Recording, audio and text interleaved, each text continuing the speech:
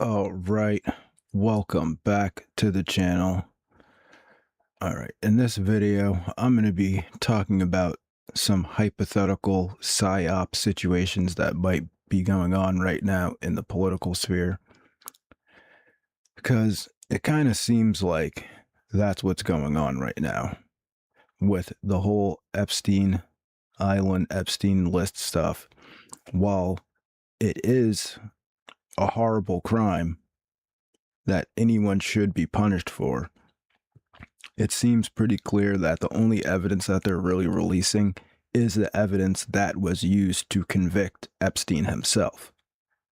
And if there was any evidence to convict any other people, the Democrats would have jumped all over that before Trump was able to be put back in office. And they already had the information. Like I said before, if they would put him in jail for paperwork, why wouldn't, if they had the complete clear evidence that he was involved in pedophilia, why wouldn't they just put him in jail before? Because they had all the evidence before he was even elected. All right. So what I think's going on right now with the Epstein stuff is that the right has been reverse Me Too'd by the Democrats. So the original Me Too didn't work because obviously it was a very feminist type of movement where it was just saying that basically all men were rapists and all men were, in some way guilty of offending women, and that you better watch out because you're going to get Me Too'd, right? And men were like, come on, I love women, I love respecting women. Most men are like, I'm trying to be friends with women or be nice to women. I don't want to harm women. So it didn't work, right? But what is the right been talking about? We've all been talking about the Pizzagate thing forever, for years and years and years, right? And everybody knows that we either think it's the Jews or the satanic pedophiles that are doing this blackmail operation type of stuff with underage children, which seems to have been going on for real, but we're never going to be able to arrest any of the people that were involved in it. But it is kind of like what Alex Jones was saying when he was saying that there's not anything there. I think just because he didn't really look into the Me Too thing that much, he didn't really know how to say it correctly. But that's what he was saying. He's like, they're going to release this evidence on Trump and it's going to look really bad. And the reason why Trump is holding it back is because of some of his other friends, probably like this guy that was the coach of the NFL team, who basically didn't do anything, but now he's going to be socially shamed like hardcore. And a couple other people that probably didn't really do much except say, hey, let me get a look at what girls you got. And granted, that in some moral systems that in itself is horrible. And, depending on how you feel about that type of stuff, but it's really not a crime though. And so,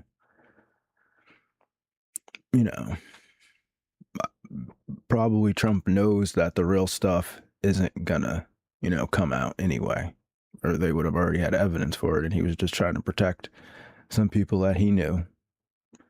And also the second thing with the reverse Me Too thing, which is obviously going to make him look really bad, right? Because there's so many different angles, and I think this is what kind of is pissing me off about society altogether right now, is that there are so many ways to solve all these problems, and people just want to be like, oh, well, let's just do a civil war. Let's do a civil, there's like a million bajillion different ways to solve our differences. And people are like, you know what I want to do? I want to do a civil war. It's like, come on, bro. Okay, that's kind of a little bit off topic. But so what I'm saying is that, they basically watch social media.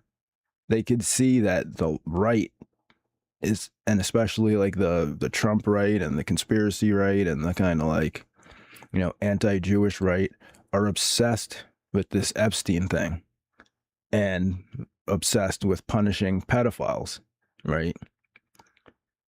And so there's this information in the stuff that's not verified, but it's just enough that it's in the files itself to make most people jump on it. And so therefore the right just Me Too'd themselves. They got you to make wildly unsubstantiated claims about someone doing incredibly horrible sexual activity, and then they're going to be socially shamed, socially reproached, right, for doing this stuff, but you have no evidence. None. The highest levels of justice in the country are saying that there's no evidence. But you're like, no, I don't care what they say. It happened. It did happen. And therefore, Trump is now a pedophile. And so therefore, you just Me Too'd yourself. All the Democrats had to do was just release the files, and then you Me Too'd yourselves. Right? And that's why I got this picture up, because it's like, that's the other part of the Matrix 4, right? It's all about the analyst psychologically evaluating you and figuring out which way to trick you the best into thinking that something's happening. So you react to the thing. And then they get what they want instead of trying to program this perfect world where you just want to live in it. Instead, it's all about psychologically tricking you. And then when the psychological tricks don't work, then they send a bot swarm to crush your car, to jump in front of your car. Right? And so the other psyop is Minnesota itself, and not in the way that people think, like, oh, it was on the 33 block, 3 blocks away from George Floyd and all that stuff. No, but how they're doing it. It's a well played plan. It's a well played plan, because they've figured out to put the immigrants on welfare instead of having them commit crimes, right? Because it still basically gets the same effect, right? Because if they let them commit crimes, it lowers the property value, right? But actually it's worse, because then everybody moves out of the neighborhood, and then they can't get the taxes from the native people that live there, right? But if they put them on welfare, it drains your taxes, and your neighborhood still looks pleasant and safe, because they're not committing as many crimes and stuff, except for the small amount of gang members that are there, right? And so then when you go to try to get rid of them, it makes you look horrible. It makes you look horrible. But that's the game, though. That's the game, is to make you trip yourself up. Think about it. It's the same thing that's going on with the Me Too stuff. They got you to do it to yourself. They got you to now you're Me Tooing Trump. Now the Republicans are now Me Tooing Trump. Right? That's what's going on now. And if you go against the Trump Me Too, people will like disengage with you on Twitter. Right?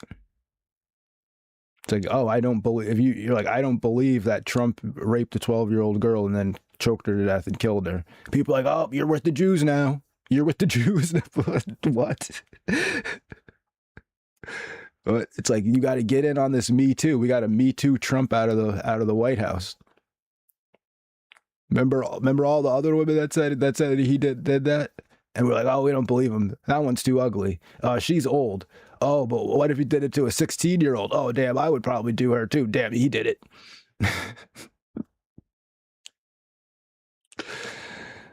Okay, right. And then you got the Minnesota thing, because they know, and they already got the NGOs all set up and ready to get in your face and blow the whistle and call you ICE, kill ICE, and fuck ICE and all that, right?